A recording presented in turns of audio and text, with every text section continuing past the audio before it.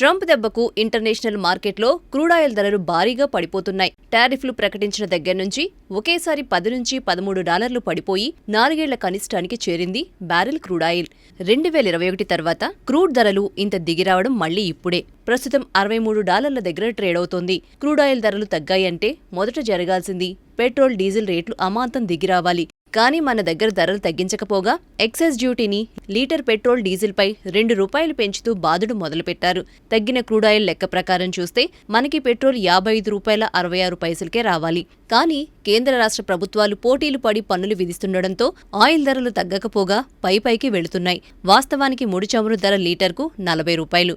OMC processing cost litre పెట్రోల్కు ₹5.66. Buffer for inflation ₹10 ఉంటుంది. ఇవన్నీ కలిపితే లీటర్ పెట్రోల్ ₹55.66కే రావాలి. కానీ కేంద్రం ₹19.90 ఎక్సైజ్ డ్యూటీ, రాష్ట్ర ప్రభుత్వం పెట్రోల్ మీద వేసే 35% VAT, dealer commission and charges ₹3.77తో కలిపి మన దగ్గర ₹107 పైన ఉంటున్నాయి పెట్రోల్ ధరలు. ఇక స్టేట్ గవర్నమెంట్స్ వేసే వ్యాట్ని బట్టి ఆయిల్ రేట్స్ ఒక్కో రాష్ట్రంలో ఒక్కో రకంగా ఉంటాయి.